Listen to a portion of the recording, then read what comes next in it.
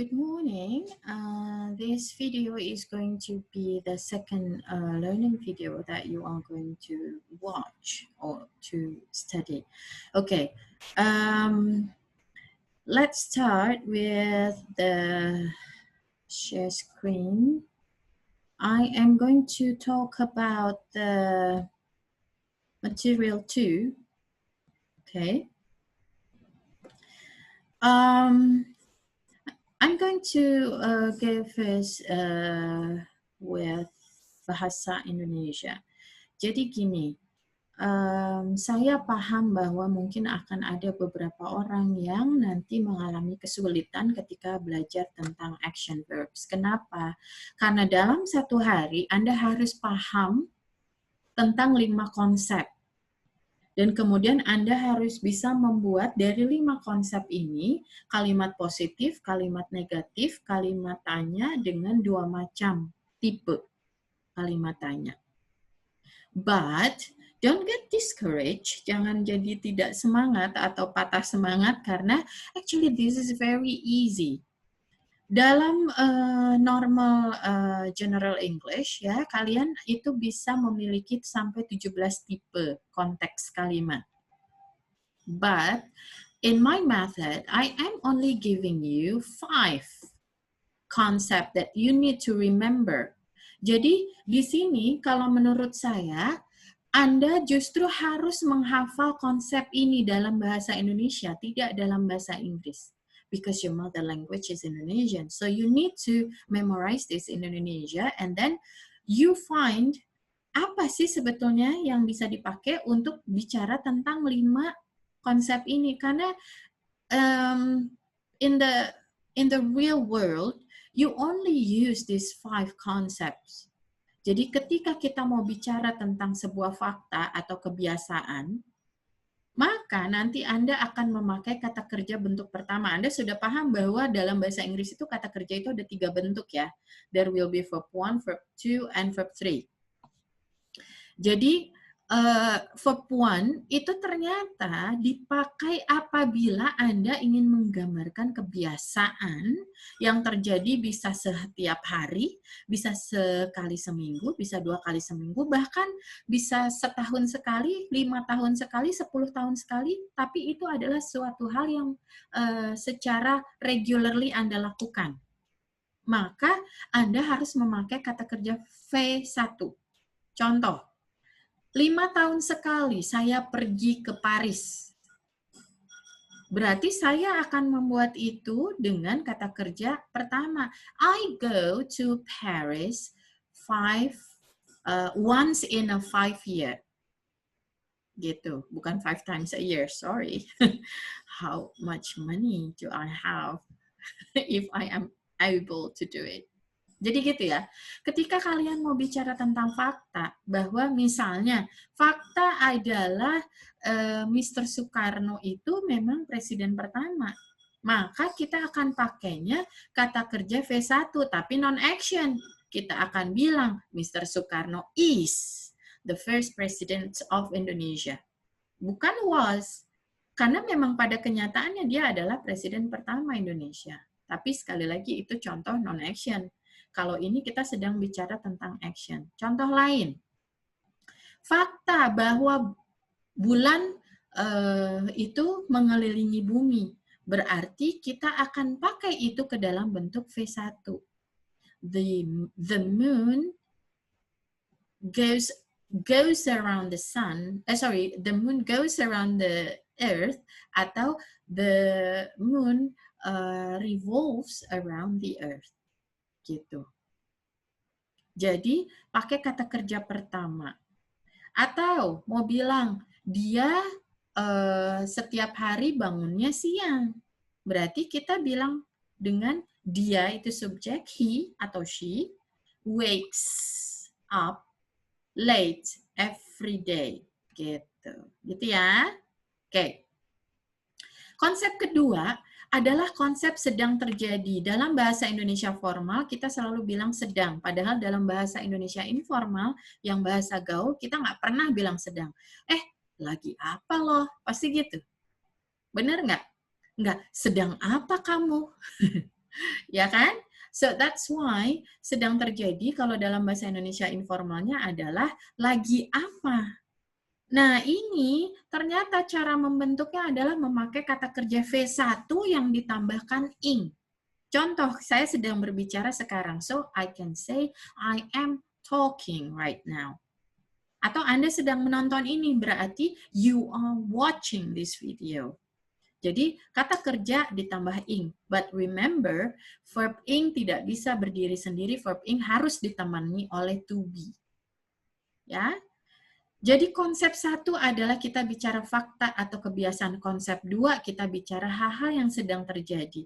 Konsep ketiga, kita bicara hal-hal yang lampau. Lampau itu dalam bahasa Indonesia, Anda akan pakainya tadi, seperti tadi malam, tadi pagi, tadi barusan. Itu adalah lampau masuknya dalam bahasa Inggris. Ya, kemudian lalu, 2 minggu lalu, 3 minggu lalu, 4 hari lalu, itu adalah konsep lampau. Jadi kalian berpikirnya harus dalam bahasa Indonesia dulu. Bahasa Indonesianya misalnya mau bilang kemarin atau tadi pagi dia datang ke rumah. Tadi pagi itu sudah masuk ke konsep yang ini, yang ketiga. So, this morning he came to my house. Pakainya kata kerja kedua dari come, yaitu came. Kita lanjut ya. Kemudian sudah atau belum. Jadi kita mau bilang udah belum. Nah, itu adalah kata kerja yang dalam bahasa Inggris Anda tambahkan have atau has sebagai auxiliary atau had. Auxiliary itu adalah kata bantu ditambah kata kerja bentuk ketiga. Why? Kata kerja bentuk ketiga itu sama dengan kata kerja ing. Dia tidak bisa berdiri sendiri. Jadi harus dengan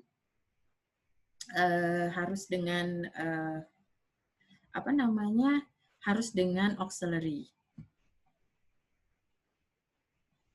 Nah, sebentar, tadi saya sedang mengecek sesuatu. Oke, baik, kita lanjut ya. Ketika kita bicara tentang konsep sudah atau belum, akan ada banyak yang bertanya, Miss, apa bedanya sih sudah belum sama lampau?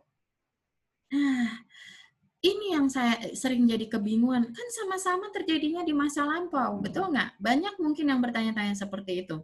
Tapi Anda perlu tahu bahwa efeknya yang berbeda. Kalau di lampau, efeknya itu di masa sekarang sudah tidak sama, jadi berbanding terbalik. Tapi kalau di konsep keempat, efeknya itu masih terus sama. Contoh, saya kasih contoh adalah gini, saya dulu perempuan loh, dengan saya sudah jadi perempuan. Ketika kita bilang saya dulu perempuan, itu konsepnya yang mana? Yang lampau. Karena saya dulu perempuan, kita bicara tentang dulu. Berarti sekarang dalam kondisi sekarang efeknya apa? Dia sudah jadi laki-laki. Berbanding terbalik. Tapi kalau saya sudah jadi perempuan loh, pakai kata sudah, berarti sampai sekarang pun dia masih perempuan. Paham di situ perbedaannya? Atau saya dulu nikah sama orang itu dengan saya sudah menikah. Berarti ketika saya bilang saya dulu nikah sama orang itu, sekarang kondisinya bagaimana? Tidak lagi menikah. Jadi kondisi sekarang ketika di lampau itu berbanding terbalik, kondisi sekarang ketika di konsep sudah atau belum itu masih sama. Jadi nanti kita akan bahas lebih lanjut ya. Kemudian yang terakhir yang harus kalian ingat betul, the last one that you should remember is the tenses of akan. Akan in formal Indonesia itu dalam informalnya adalah mau. Contohnya saya mau pergi, saya mau makan. Itu adalah sebetulnya menggambarkan it describes about future action. Gitu kan? Nah, hanya 5 konsep ini yang seharusnya Anda bisa hafalkan, yang kemudian nanti Anda pakai dalam conversation. Ada verb 1, ada verb ing, verb 2, verb 3, dan verb 1, tapi ditemani oleh will untuk bicara tentang future action. Gitu ya. Nah, konsep ini, kenapa saya tulis dalam bahasa Indonesia? Karena untuk memudahkan. saya yakin jika saya kasihnya dalam bahasa Inggris, contoh simple present tense, simple past tense, present continuous, dan bla bla bla yang lainnya, itu dalam sekejap Anda akan lupa. Nggak ingat lagi. Tapi kalau Anda sudah paham 5 konsep ini, kemudian Anda hafalkan kata kerjanya apa, saya yakin ini akan lebih membantu dibanding Anda ngafalin apa itu simple present, apa itu present tense. Kenapa? Because our goal in this program is to make you speak, not to make you good in grammar. Gitu. Ya, beda goalnya. Kalau yang diajarkan mungkin di basic English itu adalah atau general English seperti di tempat kursus lainnya, Anda harus menguasai grammar. Kalau di sini penguasaan atas 5 konsep ini saja sebetulnya sudah cukup untuk membuat Anda bisa berbicara. Oke, kita lanjut ya. We are going forward. Remember, this is the important points. There are auxiliaries atau helping word for every form of tenses. Jadi ini yang saya bilang biasanya dia kata kerja yang V1 berdiri sendiri, V2 berdiri sendiri, itu adalah kalimat positif. Ketika dia sudah nanti berganti jadi kalimat negatif yang artinya ada not, maka dia harus memakai ini, do atau does, tergantung subjeknya. Subjek Dewi Ayu Anda pakai do, subjek he, she, it Anda pakai does. Contoh, dia tidak pergi ke sekolah setiap hari. Karena tidak. Ya. So, she does not go to school every day. Itu adalah negatif. Ya. Kemudian jika Anda bicara tentang lampau, tapi kemudian ada kalimat tanya, dan untuk membuat kalimat negatif, maka auxiliary did harus dimunculkan. Tapi kata kerja harus kembali ke kata kerja pertama nanti. Kemudian ini untuk apa, Miss? Ini adalah untuk to be dalam menemani verb ing nantinya. Yang ini untuk V3. Jadi, kalau ini dan ini nantinya muncul di semua kalimat positif, negatif, interrogatif. Gitu. Ya. Kemudian subjeknya lebih sering dibagi menjadi 2 kelompok, yaitu Dewi, Ayu, dan he, she, it. So, let's go to see this. Ya. Kita bicara kata bantu. We are talking about auxiliaries and time signal. Of course, every concept. Kenapa sih bahasa Inggris itu ribet banget harus ada V1, V2, V3?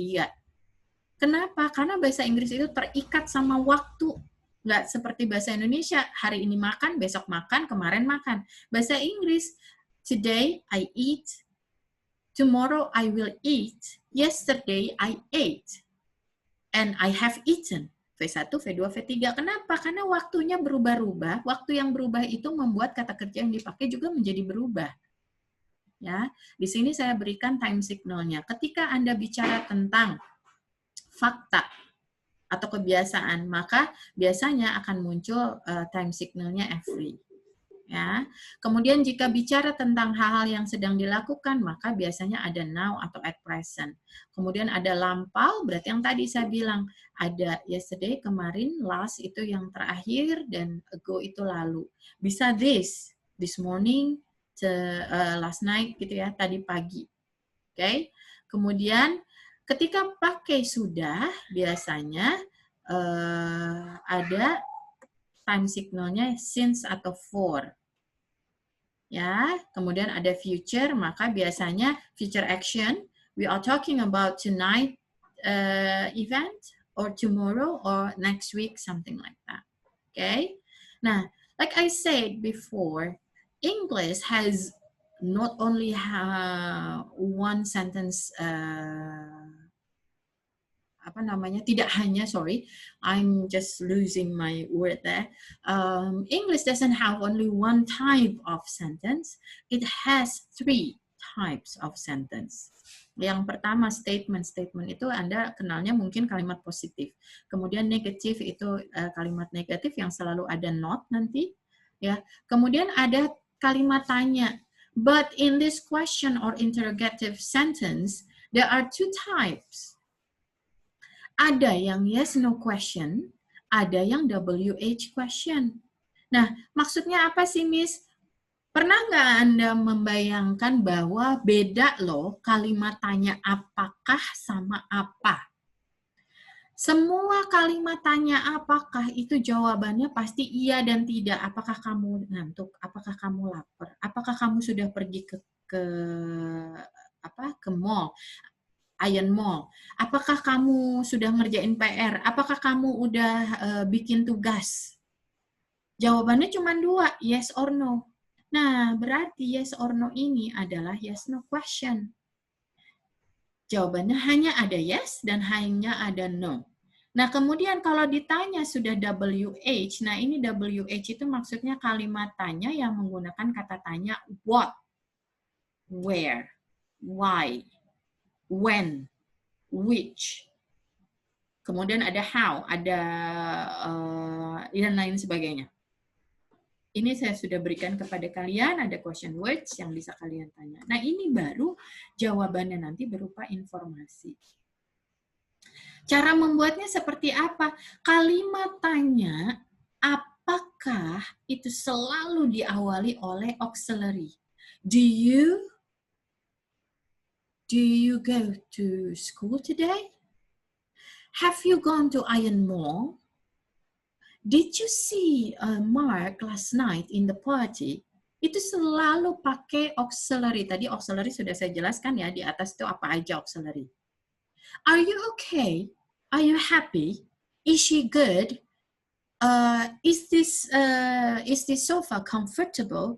Itu selalu dimulai oleh auxiliary untuk kalimat tanya apakah atau yes no question.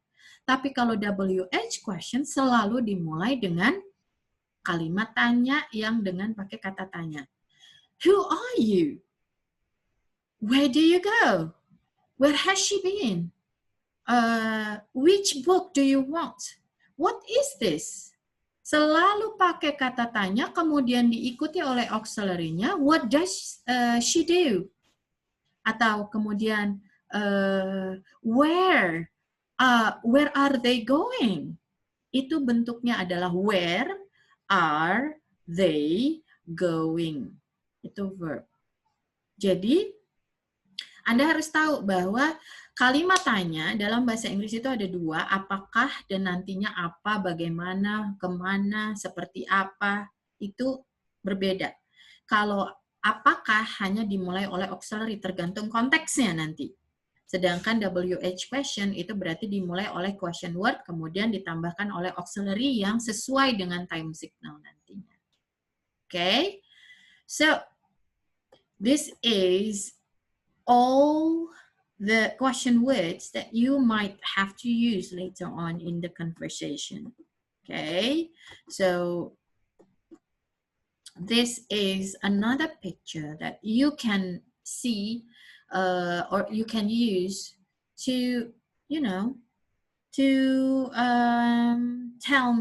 tell about the condition and to tell about the action. Okay. We are using our imagination, I think. Okay, the city is busy. Subject, verb to be, dan kemudian ada adjective. There are 2 horses. Oke, untuk non-action biasanya ada kata tunjuk ya, seperti there are, there is, this is, that is, atau those are, these are. Ada kata tunjuk. Kalau there are biasanya dalam bahasa Indonesia diartikannya terdapat. Kalau this atau these itu ini, kalau that dan those itu itu. Jadi ada kata tunjuk untuk biasanya membuat kalimat non-action. Okay? So, the lamps are bright, the stores are open. Kemudian actionnya apa? The wind blew hard yesterday. Many people are walking on the street. 2 policemen are riding the horses. The stores always welcome the guests in this holiday season. Jadi ini semua adalah kalimat action non-action. But remember, these sentences are all in statements. Semuanya kalimat positif. Belum berubah menjadi kalimat negatif. Sedangkan tugas Anda adalah nanti harus membuat 5 macam kalimat, boleh dengan subjek, predikat yang sama tapi berubah jadi V1, jadi verb ing, kemudian jadi V3. Saya kasih contoh ya, misalnya. Saya akan pakai subjek yang sama they. Saya akan pakai kata kerja yang sama eat. Saya akan pakai objek yang sama apple, ya. Jadi, untuk konsep pertama, saya berarti membuatnya they eat apple every day. Konsep kedua, they are eating apple. Now, konsep ketiga, they ate apple this morning. Konsep keempat, they have eaten the apples for a minute. Kemudian konsep kelima, they will eat apples tomorrow. Nah, itu bisa Anda lakukan seperti itu nanti. Anda pakai satu subjek sama, satu kata kerja yang sama, satu objek yang sama, yang berubah berarti adalah time signalnya nanti. Dan kata kerjanya berubah jadi dari V1 jadi verb ing, dari kemudian V2, verb 3 dan pakai will. Ya. Tapi yang saya minta dari 5 itu Anda rubah ke dalam negatif kemudian interrogatif 1 dan 2. Contoh, I eat apple. I don't eat apple. Sorry, they eat apple. They don't eat apple. Are they? Do they eat apple? Sama what do they eat? Paham? Untuk konteks pertama berarti ada 4. Konteks kedua, they are eating apple. They are not eating apple. Are they eating apple? And what are they eating? Gitu. Konsep ketiga. They ate apple this morning. They didn't eat apple this morning. Did they eat apple this morning? Sama when did they eat apple? Jadi langsung begitu semua. Sampai di sini paham ya? Yang terakhir sampai yang will, they will eat apple tomorrow, they will not eat apple tomorrow, will they eat apple tomorrow, dan what will they eat tomorrow. Seperti itu. I am hoping that all of you could understand what I'm saying and you can understand my explanation. And if there are some questions regarding to this video learning, just ask me. I would love or gladly to answer all of your questions. Okay, so I'm signing out. I will stop sharing, and I am hoping that this will help you to understand the material. Thank you so much, and see you in the next video.